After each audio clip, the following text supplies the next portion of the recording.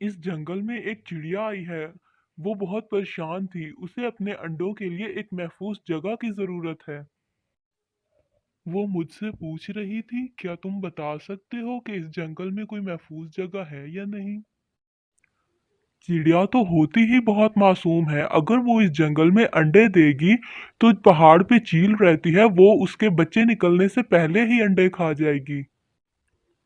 देखा नहीं उसने हमारे अंडों पे कैसे हमला किया था। हमने भी बड़ी मुश्किल से अंडे बचाए थे। तुम उसे बताना कि जंगल के बाहर मकई की फसल है, वो बहुत महफूज जगह है। वहाँ चील भी नहीं जाती और वहाँ उसके अंडे भी महफूज रहेंगे। हाँ ये ठीक है, भला हो जाएगा बेचारी का।